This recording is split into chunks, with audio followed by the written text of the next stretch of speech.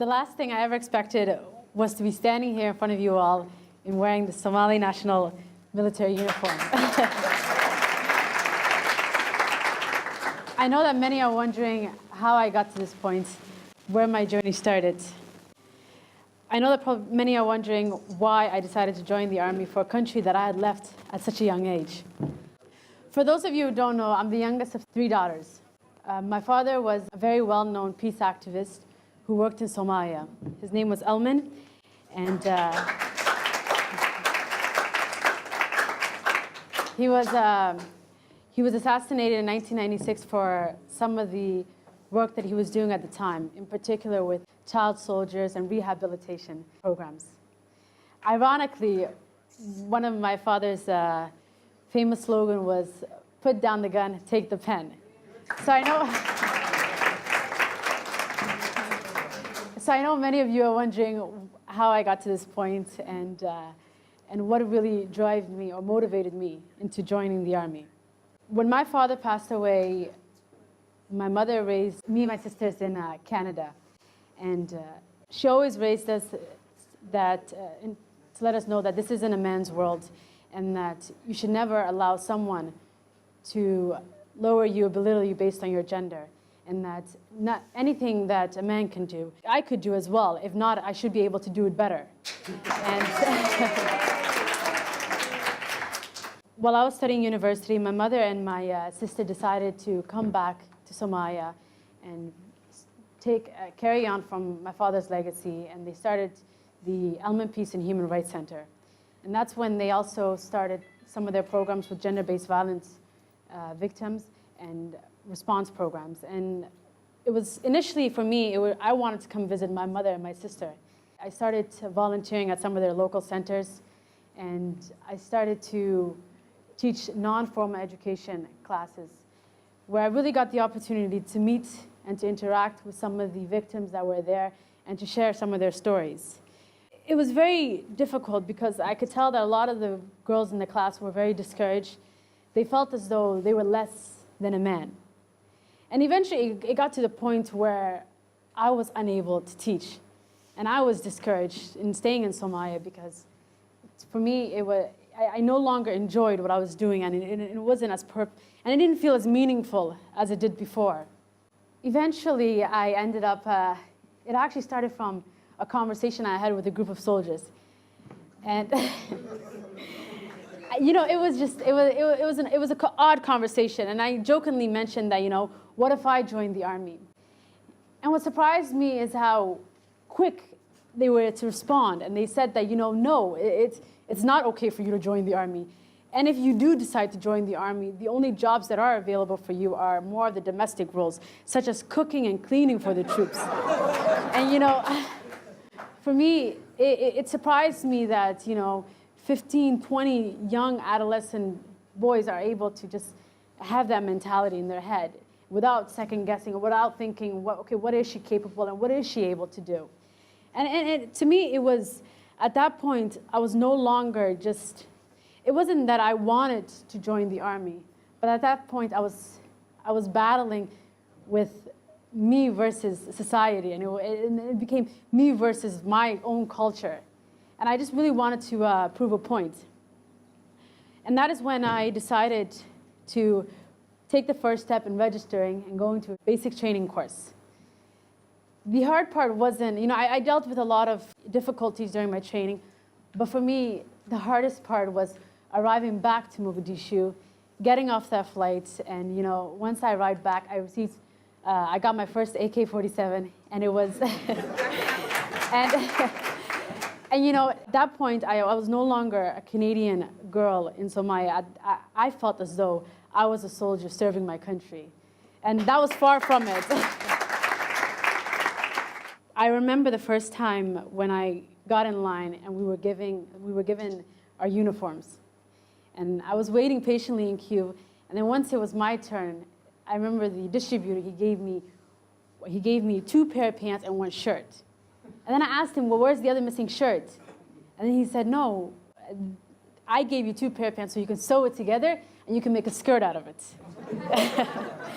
And it surprised me, but I knew the challenges that were ahead of me, and I knew where I wanted to reach and where I wanted to go. And that, you see these Land Cruiser vehicles driving around Mogadishu, and it'd be nearly impossible to drive in one of those wearing a skirt. So I told them no thank you, one pair of pants will do just fine.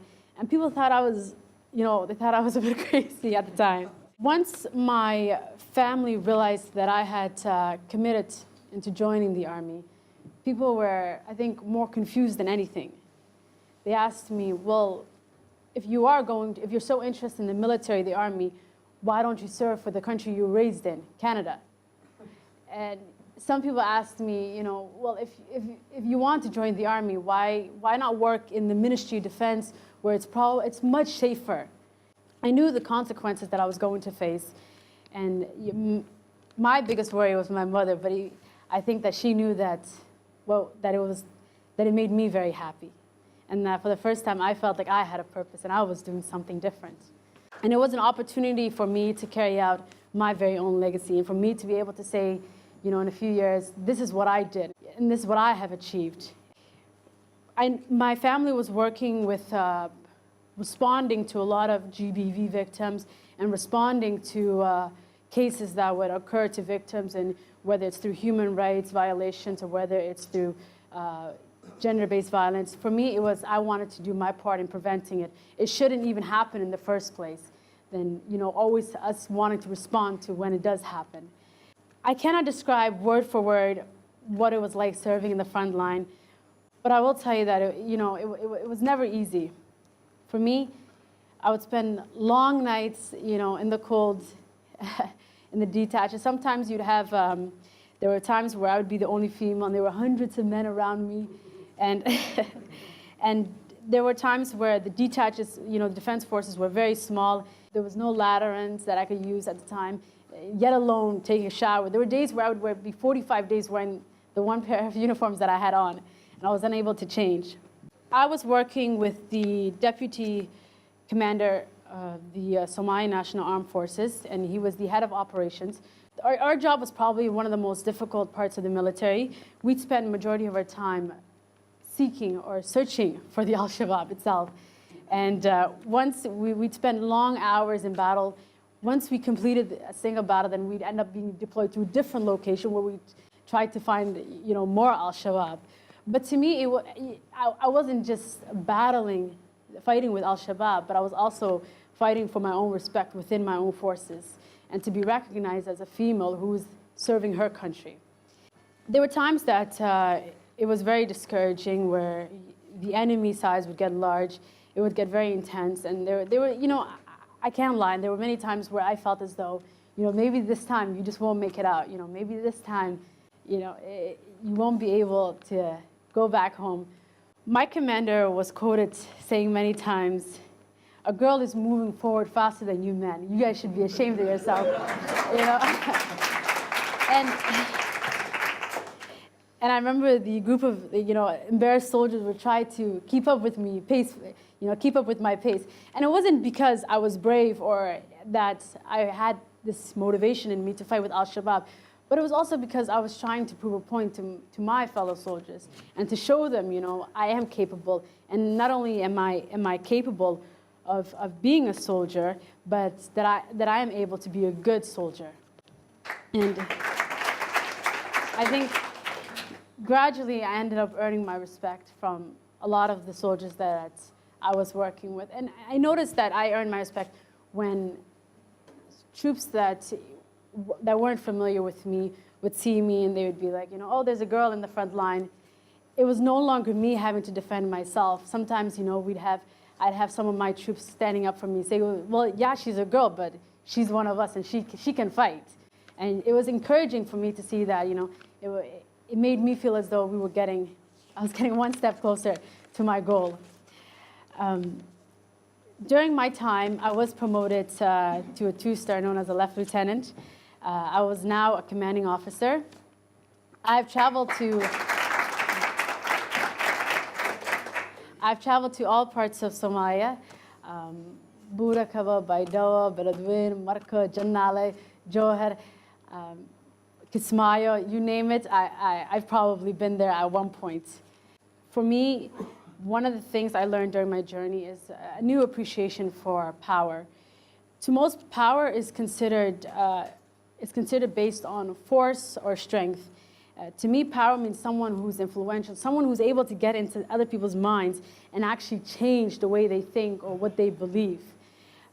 For someone to be able to believe in something and not second guess themselves. Today, I walk around the streets of Mogadishu recognized by men, not because I'm a girl in the military uniform, but because I'm a girl in military uniform and proud of it. And to be a female commanding officer serving for my country, it feels really great. And I believe this is only the beginning for me. It's remarkable to see the number of young women joining the Army today. And I feel like I've done my part in paving the way for them. And the reaction I get from some of the locals is astonishing, and I think it makes my job a lot easier, and it makes me feel happy about from where I got myself today. And I really encourage everyone to do their part, and this is my way of giving back to my country. So.